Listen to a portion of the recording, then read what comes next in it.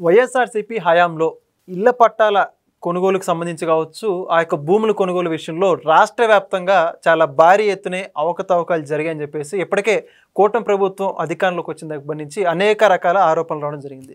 అయితే దానికి సంబంధించి అవన్నీ వాస్తవాలే అని నిరూపించే విధంగా తాజాగా అంబటి రాంబాబు గారికి సంబంధించి ఈ యొక్క ఇళ్ల పట్టాల భూముల కొనుగోలు విషయంలో విజిలెన్స్ ఎంక్వైరీకి ఆదేశించింది ఆంధ్రప్రదేశ్ ప్రభుత్వం. అయితే మరి ఇప్పుడు అంబటి రాంబాబు పరిస్థితి ఏంటి, జైలుకి వెళ్ళే అవకాశాలు కూడా ఉన్నాయని చెప్పేసి కొంతమంది అభిప్రాయం. మరి ఇదే అంశానికి సంబంధించి పూర్తి విషయాలు తెలుసుకోవడానికి మనతో ఉన్నారు సీనియర్ జర్నలిస్ట్ దుర్గా కుమార్ గారు. సార్ నమస్కారం అండి. నమస్తే వెంకట్, మన వీక్షకులకు కూడా. సార్, ఇప్పుడు గత ప్రభుత్వంలో జగనన్న ఇళ్ల పట్టాలు, జగనన్న ఇళ్ల కాలనీలు అని చెప్పేసి మొత్తంగా ఒక్క ఇల్లు కూడా కట్టింది లేదు, కానీ కుంభకోణం మాత్రం చాలా పెద్ద ఎత్తున జరిగిందని చెప్పేసి చిన్న దగ్గర నుంచి పెద్దల దాకా అనుకున్నటువంటి మాట. ఎందుకంటే చంద్రబాబు నాయుడు గారు కట్టించిన ఇంట్లోనే ఇవ్వనటువంటి వ్యక్తులు జగన్ ఎక్కడ నిర్మించారని చెప్పేసి అనేక మంది మాట్లాడుతున్నారు.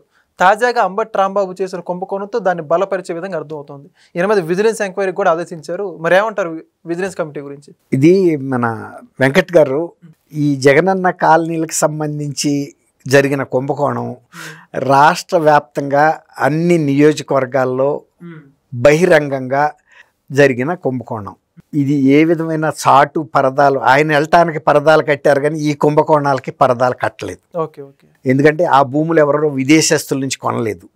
ఆ గ్రామంలో రైతులకు చెందిన భూముల్ని అతి తక్కువ ధరకి కొని అతి ఎక్కువ ధరకి ప్రభుత్వం నుంచి డబ్బులు వీళ్ళు మధ్యలో వాళ్ళు తీసుకున్నారు. ఇప్పుడు సపోజ్ ఒక 5 లక్షలకి ఒక రైతు దగ్గర నుంచి 10 ఎకరాలు తీసుకున్నారనుకోండి, 10 5లు 50 లక్షలు అతనికి ఇవ్వాలి. 60 లక్షలు ఇచ్చారు. కానీ ప్రభుత్వం నుంచి వీళ్ళు 2 కోట్లు తీసుకున్నారు. మినిమం 20 లక్షలు, 25 లక్షలు, అవకాశాన్ని బట్టి 30 లక్షలు. వాళ్ళ డబ్బు కాదు అది, అక్కడ ఉండే ప్రజల సొమ్ము. అక్కడ ఉండే వాళ్ళ అవకాశాన్ని బట్టి ఎంత రాయగలిగితే అంత రాయించేసుకున్నారు. మిగిలిన డబ్బులు వాళ్ళు తీసేసుకున్నారు. తర్వాత ఊళ్ళో ఎవరైనా ఒక సెంటు భూమి అమ్మితే ఎంతకు అమ్మాడు, ఎంత కొన్నారు, ఎవరు కొన్నారు అనేది ఊళ్ళో చర్చ సహజంగా జరుగుతుంది. అదేమీ పెద్ద రహస్యంగా జరగదు. అంత పోయిందని చెప్పుకుంటారు. అట్లా ఊళ్ళల్లో నియోజకవర్గాల్లో ఏ ఊళ్ళో ఎంత కొన్నారు, ఎంతకి ఎమ్మెల్యే లాక్కు మధ్యలో సొమ్ము చేసుకున్నాడు, ఆ సొమ్ములో ఆ సర్పంచ్కి ఎంత వచ్చింది, లేకపోతే వైఎస్ఆర్సీపీ నాయకులు ఇతరులకు ఎవరికి ఎంత వెళ్ళినాయి షేర్లు అనేది బహిరంగంగా చర్చ జరిగింది. తర్వాత ఎక్కడైనా ఇళ్ల స్థలాలకు ఇచ్చే భూముల్ని మనమైనా ఇళ్ళు కట్టుకునేటప్పుడు మెరక ప్రాంతం చూసి తీసుకుంటాం. వీళ్ళు ఎక్కడైతే అతి తక్కువ ధరకు వస్తుందో, తక్కువ ఎక్కడికి వస్తాయి, పల్ల భూములు వస్తాయి. ఆవు భూములని వెస్ట్ గోదావరి, ఈస్ట్ గోదావరి అటు ఆ ఏరియాల్లో ఉంటాయి. ఆవు భూములు అంటే ఒక జాలులాగా వెళ్తుంది, వాగు భూములు అవి. వాటిల్లో ఎప్పుడు నీళ్లు కూడా ఊరుతూ ఉంటాయి. చౌడు భూములు, వాటిల్లో పంటలేరు. ఈవెన్ సరుకు తోటలు కూడా అందులో అవ్వవు. ఆవు భూములు అంటే గరికి కూడా సరిగ్గా మలవదు, చౌడు. అట్లాంటి భూములు కూడా కొన్నారు. అంటే ఒక సాధారణ వర్షం వస్తే కూడా గెడబొంగేసి చూపించారు ఎంతంత లోతు నీళ్లు ఉంటాయో. చూశారు అందరు ఫోటోలు. చెరువులు తలపించాయి, చెరువులే ఆ భూములు కొన్నారు. అట్లాంటి వాటిని మళ్ళీ ఇంకొక కార్యక్రమం, అక్కడికే ఒక కుంభకోణం. ఆవు భూములు సపోజ్ 1 లక్షకు వచ్చింది అనుకోండి, ఒక 30 లక్షలు రాయించుకుని 29 లక్షలు వీళ్ళు నవిలేశారు. అంటే ఒక పక్క ప్రజలకి నివాసానికి పనికిరాదు, వీళ్ళకి ఉపయోగపడదు. డబ్బు పరంగా మాత్రం లబ్ధి పొందారు. వీళ్ళు లబ్ధి పొందారు, ప్రభుత్వాన్ని నష్టపెట్టారు, ప్రజలకు పనికి రాకుండా. మళ్ళీ దాన్ని ఇంకొకటి ఏంటంటే దాన్ని మెరక చేయటం కోసం అని చెప్పి ఆ మెరక తోలటానికి మళ్ళీ గవర్నమెంట్తో డబ్బులు శాంక్షన్ చేయించుకున్నారు. మళ్ళీ అదొక డబ్బు. అది ఆ డబ్బులో కాంట్రాక్టర్కి ఇస్తే అందులో 10% అంబటి రాంబాబు కూడా వసూలు చేసుకున్నాడు. అందరితో పాటు అంబటి రాంబాబు ఏమి శుద్ధపోస కాదు కదా. అంబటి రాంబాబు కూడా రేపు ఎలక్షన్లో డబ్బులు కావాలి. తర్వాత ఆయనకి రాజకీయాల్లోకి వచ్చేటప్పుడు ఉన్నాడు కాబట్టి అందరితో పోటీగా సంపాదించాలి, పోగేసుకోవాలి కదా. వాళ్ళ అల్లుడే చెప్పాడు కదా, ఒక నీచుడు ఆ ఇంటికి అల్లుడిని అయ్యానని ఎలక్షన్ ముందు. కాబట్టి ఇప్పుడు అంబటి రాంబాబు ఒక బిడ్డ చనిపోతే తల్లికి వచ్చిన నష్టపరిహారాన్ని ఇవ్వటానికి కూడా చెక్కు ముడి కింద పెట్టుకుని ఊరికే వస్తుంది అనుకున్నావమ్మా, నాకు కమిషన్ ఇవ్వమని మున్సిపల్ చైర్మన్తో బేరసారాలు చేసి ఆ అమ్మాయి దగ్గర కూడా దాదాపు 50% తీసుకుంటే కానీ ఆ చెక్కు ఆ అమ్మాయి చేతికి చేరల. ఈ తర్వాత అక్కడ వ్యాపారస్తుల్ని వేధించి డబ్బులు వసూలు చేసిన సందర్భాల్లో కూడా ఆఖరికి అసలు ఇన్ని సత్యనపల్లి నుంచి షీట్ ఇవ్వద్దని చెప్పి బహిరంగ ప్రదర్శనలు వైఎస్ఆర్సీపీ కార్యకర్తలు, పబ్లిక్, ఆయన బాధితులు ఊరేగింపులు కూడా చేశారు. ప్రతినిధి బృందాలుగా వెళ్ళి జగన్మోహన్ రెడ్డిని కలిశారు, సీట్ ఇవ్వద్దని కూడా అడిగారు. ఇలాంటి వాళ్ళే ప్రధాన అర్హతగా భావించిన జగన్మోహన్ రెడ్డి ఆయనకి సీట్ ఇవ్వకుండా ఆగలేదు.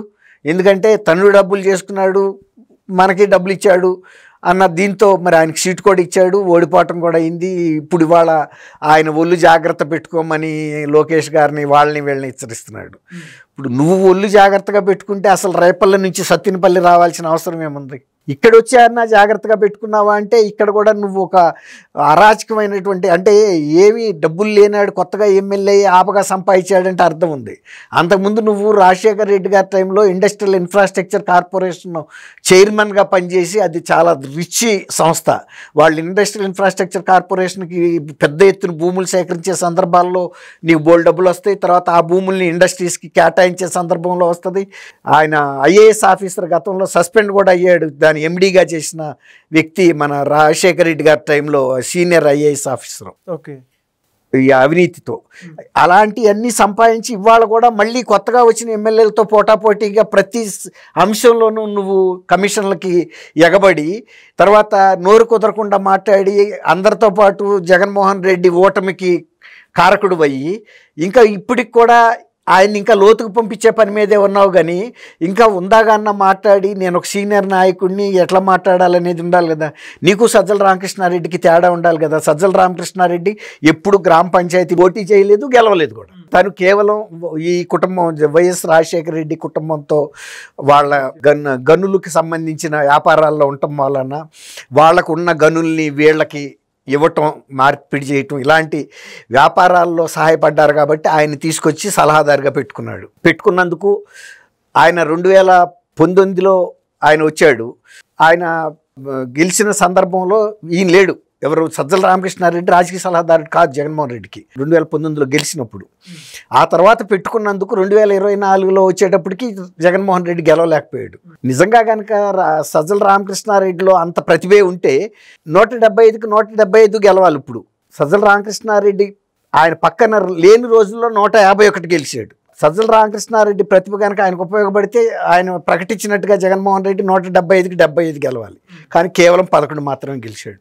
అంటే నోరు కుదరకుండా ఏది పడితే అది మాట్లాడి పిచ్చి సలహాలు ఇచ్చి ఇతరుల కులాల మీద, ఇతర ప్రాంతాల మీద, ప్రజల మీద విషం కక్కి ప్రజలందరికీ దూరం అయిపోయాడు.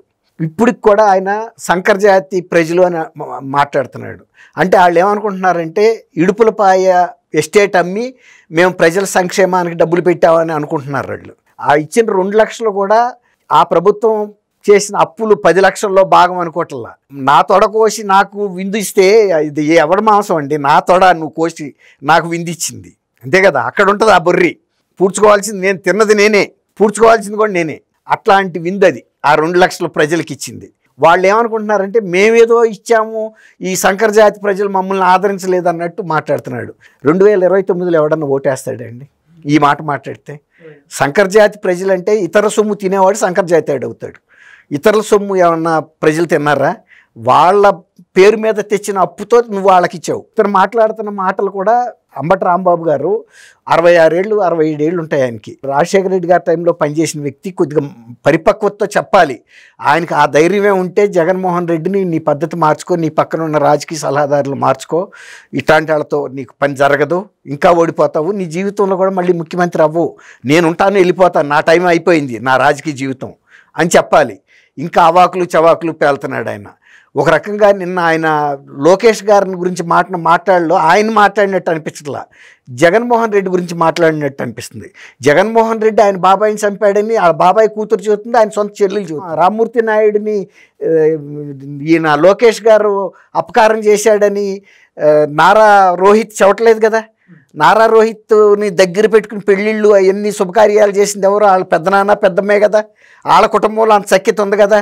మరి ఈయన వివేకానంద రెడ్డి గారు అమ్మాయి ఇతని మీదను అవినాష్ రెడ్డి మీద చర్యలు తీసుకోమని సుప్రీంకోర్టుకి, ప్రెసిడెంట్ ఆఫ్ ఇండియాకి, ప్రైమ్ మినిస్టర్కి, హోమ్ మినిస్టర్కి అన్ని సార్లకి వెళ్ళి గవర్నర్లకి, చీఫ్ మినిస్టర్లకి ఇచ్చింది కదా. కుటుంబంలో హంతకుని పెట్టుకుని ఇతరుల గురించి మాట్లాడితే ఎట్లా? రామ్మూర్తి నాయుడు గారు 25 ఏళ్ళగానో 30 ఏళ్ళగా కూడా దాదాపుగా ఆయన అనారోగ్యంతో అసలు ప్రజా జీవితంలో లేడు. ఆయన గురించి ఎందుకు ఇంకా? ఆయన ఎప్పుడన్నా వచ్చి మా అన్నయ్య పరిపాలన ఇది తప్పు అని కానీ, లేకపోతే మా అన్నయ్య కుటుంబం నన్ను వేధిస్తుంది కానీ ఎవరన్నా చెప్పారా? లేదు కదా. అవన్నీ కూడా దిన కార్యక్రమాలన్నీ ఆయన దగ్గర నుంచి చేయించాడు కదా. చాలా ఉందాగాను. అది కుటుంబంలో ఉండాల్సిన వాతావరణం, ఐక్యత, ఆ బంధం, ప్రేమ ఉండాలి ఆత్మీయతలో. అది లేదు కదా, ఇక్కడ కేవలం డబ్బులు ఉన్నాయి. ఇప్పుడు విజయమ్మ గారు రాజశేఖర రెడ్డి గారి భార్యగా, ఎంతో పెద్ద నాయకుడికి భార్యగా, ఈయనకి తల్లిగా ఉంది. ఆమెకు మనశ్శాంతి ఉందా? ఇవాళ national council of law tribunal case వీళ్ళు ఆమెకు వ్యతిరేకంగా తీర్పు తెప్పిస్తే, అంటే వాదన అట్ట చేశారు, కుటుంబ వ్యవహారాన్ని వాళ్ళు లీగల్ వ్యవహారంగా మార్చారు. మారిస్తే ఆ కేసు ఆమెకు వ్యతిరేకంగా వస్తే మళ్ళీ మద్రాస్ లా ట్రిబ్యునల్కి వెళ్తుంది. ఎంత బాధ ఉంటుందండి. ఇంకోటి, ఆమెకి జీవితంలో జగన్మోహన్ రెడ్డి మూలాన ఆస్తి పంపకాల్లో న్యాయం జరుగుతుందన్న ఆశ లేదు. కనీసం రాజశేఖర రెడ్డి గారితో పనిచేసిన కనీసం రాంబాబు గారు లాంటి వ్యక్తి ఈయన చెప్పాలి కదా, తల్లికి ఇలా చేయటం తప్పు, మనం తప్పుడు సందేశం పంపిస్తున్నాం, దాని మూలాన మనకి ప్రజల్లో వ్యతిరేకత వస్తుందని చెప్పాలి కదా. కుటుంబ వ్యవహారాలకి, కంపెనీ వ్యవహారాలకి ఉండే ఒక సన్నటి గీతను కూడా చేర్పించాడు. ప్రతిదీ వ్యాపారమేనన్నాడు. కుటుంబంలో ఉండే సంబంధాలు ఆయన తల్లికి గిఫ్ట్గా ఇచ్చాడు ఆ షేర్లు, సరస్వతి పవర్ అండ్ సిమెంట్స్ షేర్లు. ఆమె కూడా బిడ్డ, అంటే ఇప్పుడు అనేక కంపెనీల్లో అదొక కంపెనీ, నిజానికి ఆమెకి 50% కంపెనీల్లో భాగం రావాలి. అసలు ఇంకా గట్టిగా మాట్లాడితే రాజశేఖర రెడ్డి గారు చనిపోయిన తర్వాత మొత్తం కంపెనీలన్నీ ఆమె పేరు మీద దక్కలు పడాలి. భార్య ఆమె ఫస్ట్ ఆమె చేతి మీదుగా బిడ్డలకి ఇవ్వాలి, కానీ బిడ్డల చేతి మీదుగా ఆమె తీసుకోవటం అనేది హిందూ సాంప్రదాయంలో ఎక్కడా లేదు. ఇది ఇక్కడే చూస్తున్నాం. ఎప్పుడైతే ఆయన చనిపోయారో, అమ్మ కంపెనీలు ఇగో మనకున్న కంపెనీలు ఇన్ని షేర్లు ఉన్నాయి, పేర్లు ఎవరైనా ఉన్నాయి, నువ్వు ఎట్లా పంచుతావో పంచు అని ఆమె ముందు పెట్టాలి. పెడితే నాన్న మీరు ఇది తీసుకో, 60% ఆయనకి ఇవ్వచ్చు, 40% షర్మిలకి ఇవ్వచ్చు, లేదు 70% జగన్మోహన్ రెడ్డికి ఇవ్వచ్చు, 30%. ఇవాళ షర్మిలకి రూపాయి కూడా ఇవ్వని పరిస్థితి. ఎన్నికల ముందు మాత్రం 200 కోట్ల రూపాయల డివిడెండ్ ఇచ్చాడు. అంత డివిడెండ్ వచ్చే కంపెనీలు షేర్లు ఆమెకు పేరు మీద ఉన్నప్పుడు ఇవాళ ఆమెకు ఒక్క కంపెనీ షేర్ కూడా ఇవ్వటం లేదు కదా. 100% అన్యాయం చేస్తున్నావుగా. ఇక న్యాయం జరుగుతుందన్న ఆశ వాళ్ళిద్దరిలో, నీ చెల్లికి కానీ తల్లికి కానీ ఉందా? ఇప్పుడు అంబటి రాంబాబు గారు లాంటి పెద్ద మనిషి ఇలాంటి మాటలు మాట్లాడే బదులు న్యాయాన్ని అమలు చేయాలి కదా. నువ్వు ఎప్పుడైతే న్యాయాన్ని అమలు చేస్తావో ప్రజల్లో మీ పార్టీ ప్రతిష్ట పెరుగుతుంది, నీ ప్రతిష్ట పెరుగుతుంది, నీ పార్టీ నాయకుడి ప్రతిష్ట కూడా పెరుగుతుంది. కానీ నువ్వు ఒక అన్యాయమైన విషయాల్ని సపోర్ట్ చేస్తూ అవాకులు చవాకులునేమో లోకేష్ గారి మీద పేలితే, మంగళగిరి నియోజకవర్గాన్ని ఆయన ధైర్యంగా ఎదుర్కొని ప్రజల మన్నన పొంది గెలిచాడు. నువ్వు అదే జిల్లా వాడివి, నువ్వు ఆయన బయట నుంచి వచ్చాడు, నువ్వు సత్యనపల్లిలో ఒకసారి ఎమ్మెల్యేగా చేసి ఇంకా గెలవాలి కదా. మంచి మెజార్టీతో 90,000 మెజార్టీతో గెలిచాడు. ఫస్ట్ టైం ఓడిపోయాడని చెప్తున్నావు, నిజమే. గెలిపోవటంలో ప్రజలు ఇచ్చే తీర్పు దేన్నైనా శిరస వహించాలి. మరి నువ్వు 5 ఏళ్ళు అంత మంచి సుపరిపాలన ఇస్తే మరి 1,00,000 ఓట్లతో అయినా నువ్వు గెలవాలి. లోకేష్ గారి కన్నా 10,000 పెరగొద్దా? కాబట్టి ఆయన వయసు పెరిగింది కానీ ఆయనలో పరిపక్వత పెరగల. తర్వాత సోషల్ మీడియా ఒక ఫ్యాక్టరీ పెట్టి లోకేష్ గారు ఏదో నడుపుతున్నాడని చెబుతున్నాడు. అంతకుముందు Sajjala Bhargav social media incharge bail కోసం సుప్రీంకోర్టుకి వెళ్తే సుప్రీంకోర్టు జడ్జీల గాయాలు ఇంకా అప్పటికి ఎర్రగా కనపడుతున్నాయి. నువ్వు పెట్టిన సోషల్ మీడియా పోస్టులు ఇంకా మాకు గుర్తులేవు అనుకుంటున్నావా? నువ్వు ఎలా వచ్చావు అని కూడా అడిగితే ఏమి చెప్పలేని పరిస్థితుల్లో తిరిగి వచ్చారు. మేము ఇక్కడ బెయిల్ ఇవ్వం అని చెప్పారు. అవన్నీ మర్చిపోయిన అంబటి రాంబాబు గారు వాళ్ళ శుద్ధులు చెప్తే ఎవడన్నా ఇనే పరిస్థితి ఉంటుందా? Venkat, thank you Venkat. మన వీక్షకులు, please subscribe to Leo News for more videos.